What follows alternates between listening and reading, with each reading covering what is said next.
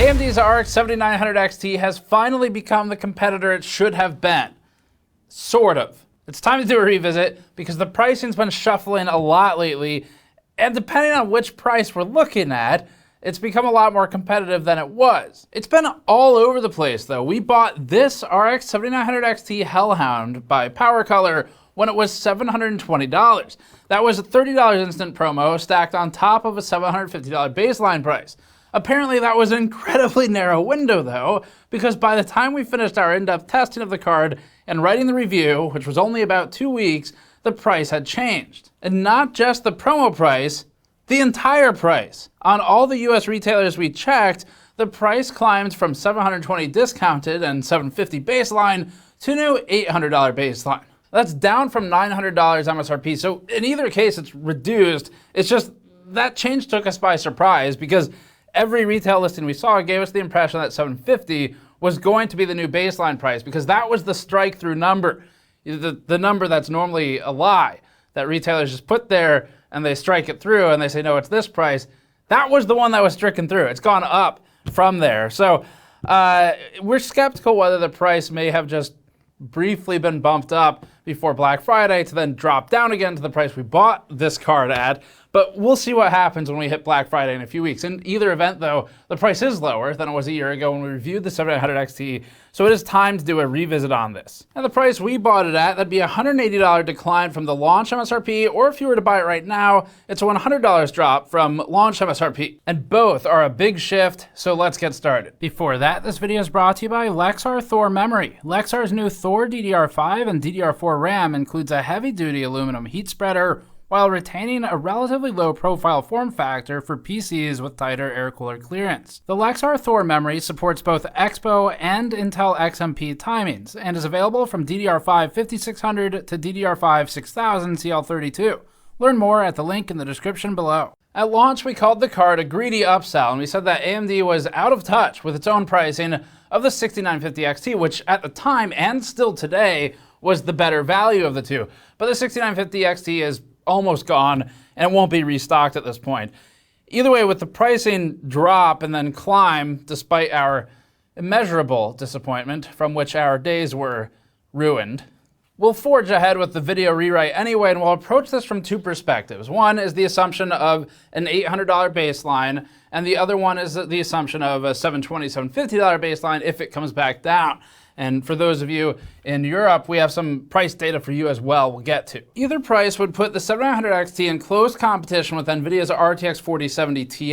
That's going to be our main point to focus on today, is the value and the head-to-head comparisons. So this piece is meant to be more of a convenient buyer's guide, looking at some quick top-level recaps, relative scaling percentages against the most nearby and relevant competitors to the 7900 XT, and especially the Hellhound model that we tested here.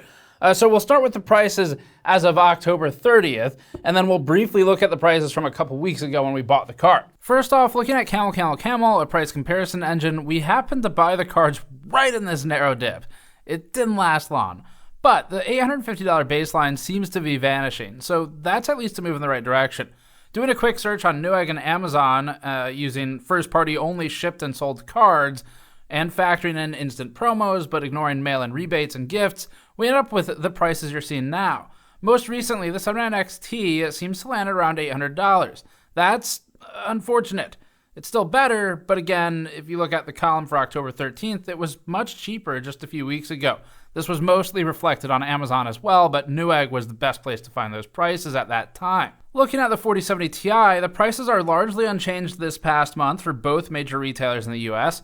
Overall, the 4070 Ti can commonly be found for around $800, so the 7900 XT at its new price is the direct competitor, and as of October 30th, it doesn't have a big pricing advantage.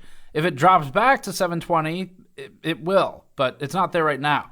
The few $770 4070 Ti's that we found out there would have a slight pricing advantage here. Finally, looking at the 4070 non-Ti, you'd be able to find this card for around $550 with relative ease, or definitely at $600 plus in the US. But there's a more important alternative in this price class, and it's a close competitor to AMD's 7900 XT. The 6950 XT is almost completely gone at this point. We found 5 total first-party listings between Newegg and Amazon. They appeared to have a couple units in stock at least.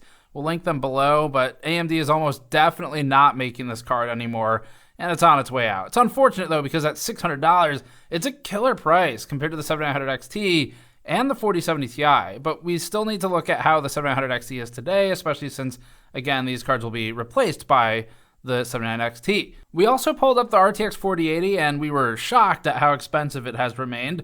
We also found it poetic that Newegg confused an RTX 4070 Ti with an RTX 4080, considering that's what it was originally called. And we know not all of you are in the US, so we did our best to aggregate some data for Europe as well. Guidetals helped us with this. They cater to Germany, Austria, and Switzerland and provide mountains of pricing data and trend line information.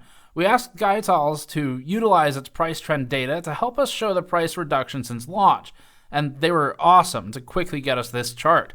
This chart includes 19% value-added tax, plus European pricing, and it's in euros. So for our Americans in the audience, Europe has bigger number. It's leveled off in terms of the decline, but it's still lower than launch. Guidetals shared data with us that showed the best priced 7900 XTs in its regions, including the XFX Merc with 32 offers and Sapphire Pulse. PowerColor might not have the same distribution advantages in Europe because Hellhound is 20 euros over the XFX card there. Now, this data is from just before the recent price hikes in the US, so we're not sure if that's also true in Europe. Now we'll go over the quick competitive comparisons before we go over the more detailed charts. This chart shows a top-level recap of average FPS scaling across several recently tested scenarios. A bar to the right is improvement for the 7900 XT, and a bar to the left is percentage performance reduction against the 4070 Ti. So if the bar goes left, then the 4070 Ti is winning. Remember, percent math is a little funny, so we position these in a way that it is generally showing percent increase unless the loss is just so big that it shows up like this. The RX 7900 XT has the majority of victories here, and most of them are double-digit. The Skylines 2 test was particularly wild, although that game is one of the worst optimized games we've ever tested in a long time, but it's still a valid test because it's a real scenario, even if the game just isn't built that well. In ray tracing tests, the 7900 XT runs 3% to 9% worse. The lower NVIDIA advantages are at 4K here, where NVIDIA's architectural choices have limited the 4070 Ti's ability to continue scaling. The 4070 Ti also had breakouts in rasterization. In Final Fantasy at 1080p and 1440p, the card scaled further before it hit the CPU limit. The 7900 XT seemed to encounter a mixture of driver overhead limitation and CPU limitation for these lower resolutions in this game. It appears there's a driver overhead advantage in this particular title with this CPU for NVIDIA. In Counter-Strike 2, NVIDIA just has a legitimate advantage right now. So this reestablishes that NVIDIA, for the most part, maintains a ray tracing advantage, but AMD holds a strong advantage in rasterization and in higher resolution testing specifically. Its overall capabilities at 4K are, relatively speaking, greater than the 4070 Ti, and that's due to some architectural choices that NVIDIA made this past generation. So the biggest disadvantage of the 7900 XT originally was the price. That was resolved in a huge way, where it was less of a question as to how the value was when it was $720, $750. So if you see that price come back and nothing else around it really moves, then it once again becomes a very good value comparatively. Right now, the 7900 XT and the 4070 Ti are about the same price, but if you want really ray trace heavy, and that's most of what you play, then you should more strongly consider the 4070 Ti than you might if you were largely on rasterized gaming, or especially at rasterized and 4K gaming. Let's look at the 4070 versus the 7900 XT. We're adding this so that you know what you'd gain by spending an extra $270 or so. The 7900 XT maintains an advantage in the 40 to 50% range for many of these games when at 4K. The 1080p results are often CPU bound, hence the lower scaling.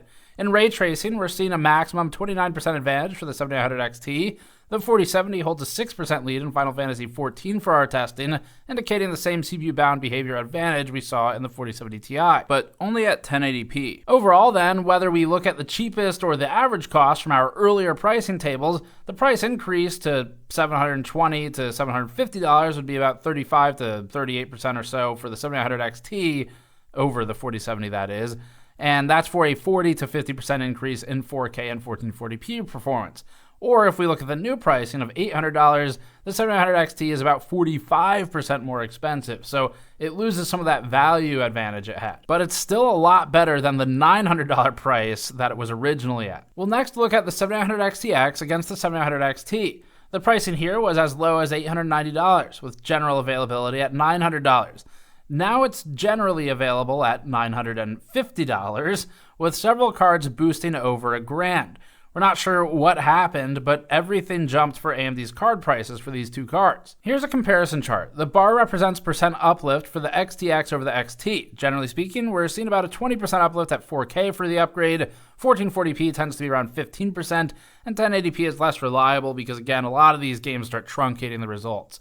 As of the October 13th pricing, that would have been a $170 or so increase to buy the XTX, or 24% more money, cheapest to cheapest, in exchange for 20% more 4K performance. That's for the XTX. Now, at $800 baseline for the XT against $950 baseline for the XTX, that's a 19% cost increase. So it's gotten closer. This isn't as linear as we see lower down the stack, so you're starting to pay for just the best premium for the XTX. Remember, you'd also need to begin considering the 4080 if you're in this pricing, because it starts to pop up nearer the XTX than the XT. Although you could always keep playing the "but if I just spend $100 more" game, and you'd eventually end up at the 4090 if you talked yourself into that. Overall, we'd say that the value of the 7900 XT is improving, as opposed to its original value positioning against the XTX, where it was more clearly an upsell. But again, it's tough to make a hard call when the prices are jumping so much. If we were at that 720 to 750 range of the XT and the range of the XTX we showed, then we'd say the XT is the better value right now. But as the prices grow closer to each other, we start falling back into that upsell potential scenario. Now, that's a better spot than the XT was in at launch, at least, for relative value against competitors, but it was nearly an undeniable victory at the price 2 weeks ago, other than the 6950 XT as an alternative. But we want to make sure the cheapest options are actually any good, so we ran some basic thermal, power, and frequency tests on the Hellhound because that was the cheapest one. And we wouldn't want to save a few bucks if it's a bad card. So let's look at that. This card has dual V BIOS, which is typically a feature associated with much more expensive cards, so it's actually great to see. This gives you a backup in case the firmware ever gets bricked. It gives you some more flexibility if you did want to try and modify this and overclock it with a custom V BIOS, and it should also just be a quality of life improvement. So quickly evaluating the frequency here, we found the OCV BIOS ran at about 2484 megahertz when at steady state, so it drops around 90 megahertz from the start of the test due to heat gain. The silent V BIOS appears to work this time. We've had issues with PowerColor messing that up in the past, and the clocks drop to 2390 megahertz. This is a big reduction, but it's intended to reduce fan speed by reducing heat load from the GPU, so that's the trade for silent mode. We'd strongly recommend starting with OC mode, though, which is default from the factory. If the fan speed bothers you, you can always set it to silent. After that, you would just reboot in between. Thermal performance has long been a challenge for partner models with AMD's more recent generations, mostly for the hotspot thermals. In this test, the OCV BIOS had the card running at about 70 degrees Celsius edge temperature, with hotspot at about 84 degrees.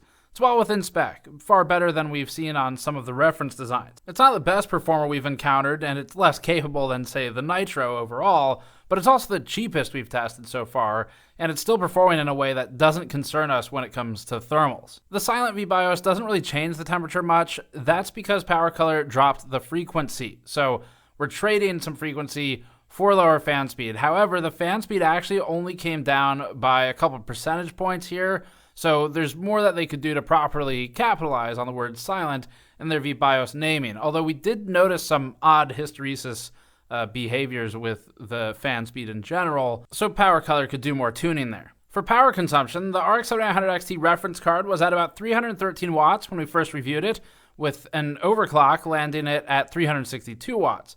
The Hellhound ran at 309 watts for silent V BIOS and 330 on the default OCV BIOS, but without us overclocking. That would naturally increase it further.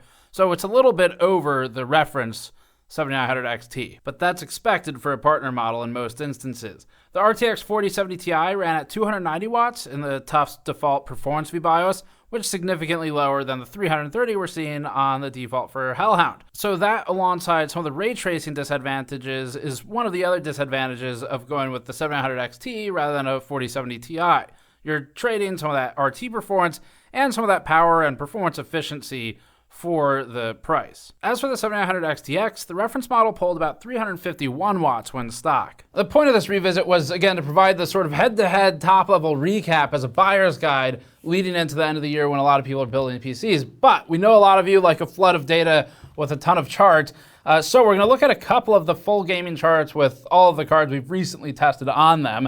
And to get these in complete depth, if you want every single one of them, you can check out our recent RX 7800 XT review or our A580 reviews for all of them. But let's speed through a couple of them here. We'll look at Starfield first. This one has had an overall AMD advantage for GPUs. In Starfield at 4K high, we had the 7900 XTX at 74 FPS average and the 7900 XT at 64 FPS average. That's a 15% improvement with the XTX. The 4080 is left in the dust by the XTX, which has a 27% lead, and the XT has an 11% lead. This depends a lot on the game, of course, so remember, it won't always look like this. The XT shows that it can definitely be a 4K gaming card, especially without ray tracing. Against something cheaper like the 7800 XT, we're seeing that the 7900 XT has about a 32% lead for about $300 more money.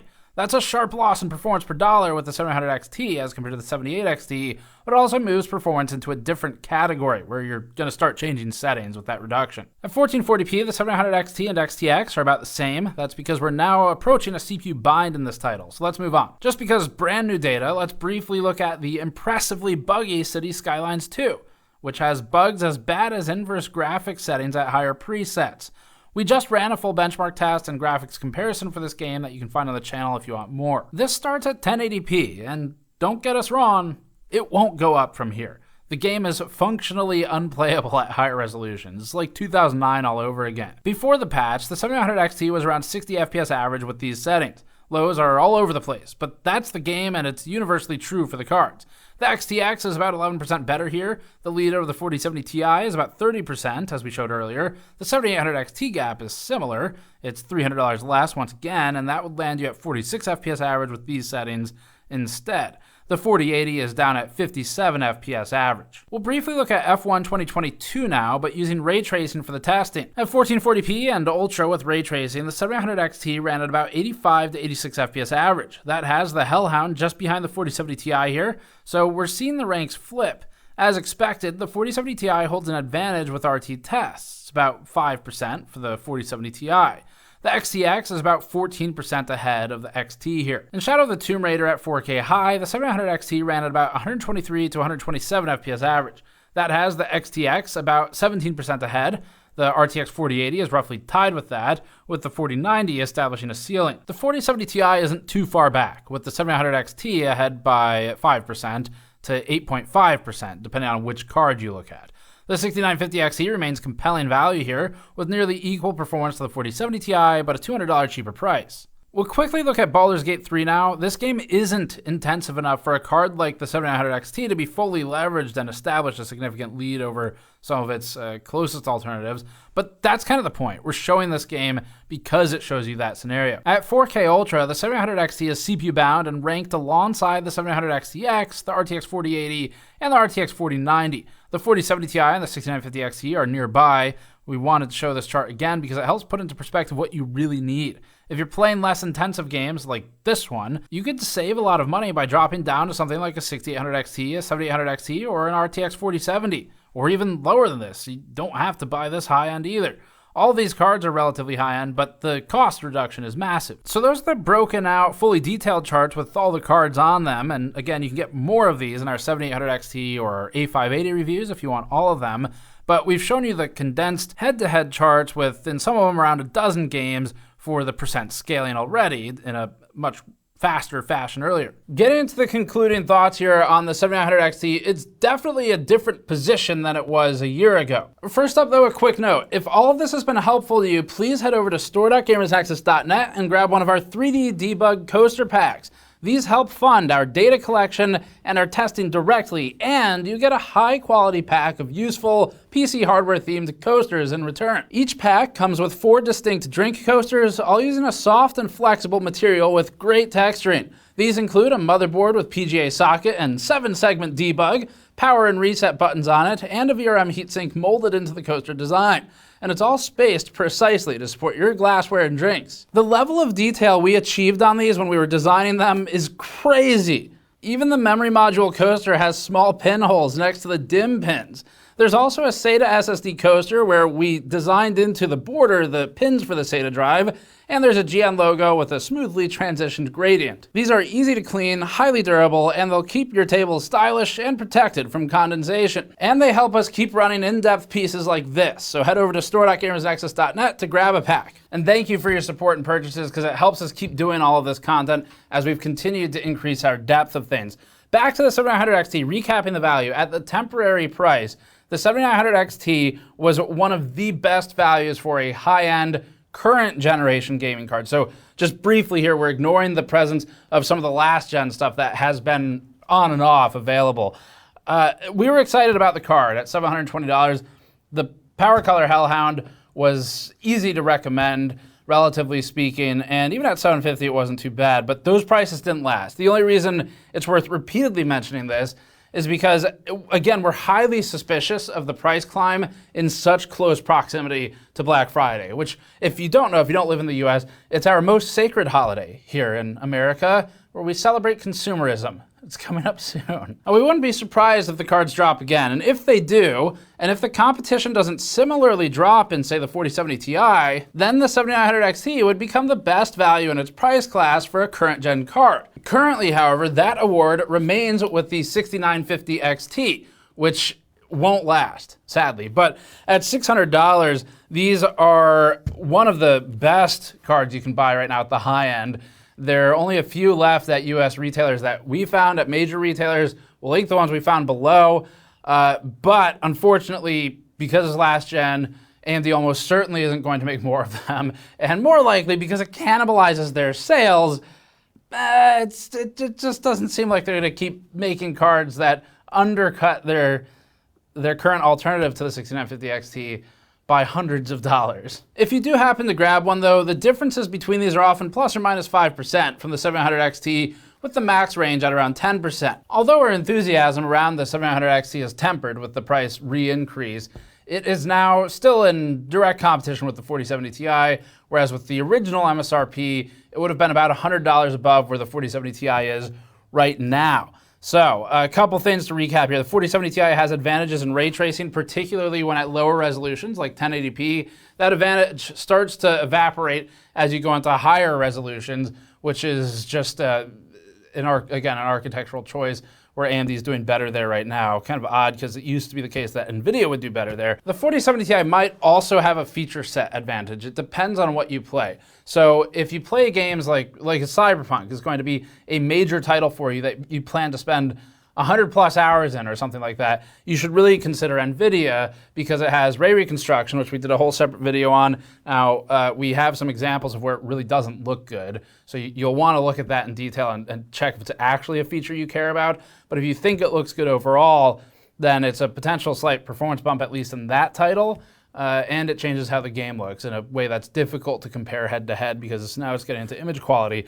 Additionally, NVIDIA's got wider adoption of features like DLSS, frame generation, so you'll need to research those and see if you care about them. We have some videos on all this stuff. And AMD does have FSR 3 and fluid motion now, which is its own frame generation, just not as widespread at this point.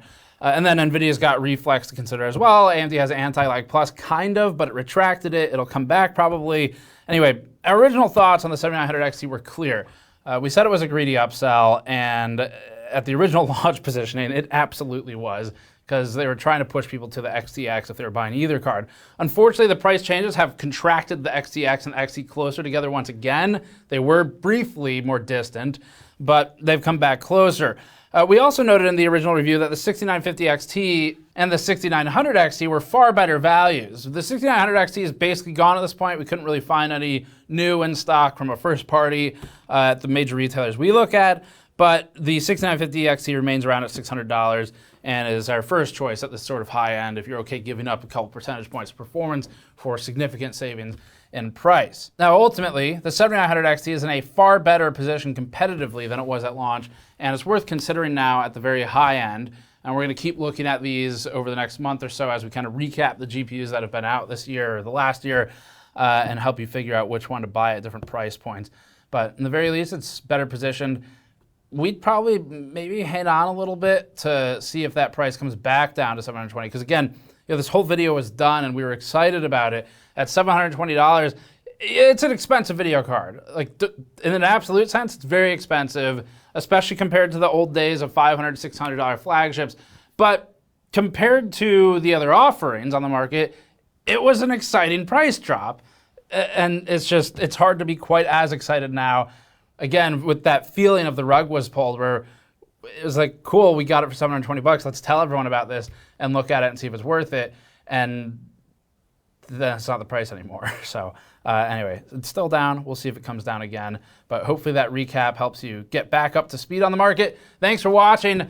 And if you have other cards you want us to look at specifically in the next month or two, let us know, because we're doing revisits right now. So we have the bandwidth for it. And when I say that, I mean not just like current stuff, but if you want us to revisit a 10 series card, 20, 30 series cards, let us know which ones, upvote each other so we can see what people have that they would be most benefited by us revisiting. Because for those of you who are in a position where you want to upgrade, you probably want to know how the positioning compares to what you have now. And the more people who kind of let us know that they have X card, the more likely we are to see that and then be able to test it and do a revisit for you. So leave the comments below. Subscribe for more as always. Go to store.gamersnexus.net to grab one of those coaster packs to help us out directly. And you can go to patreon.com/gamersnexus. We'll see you all next time.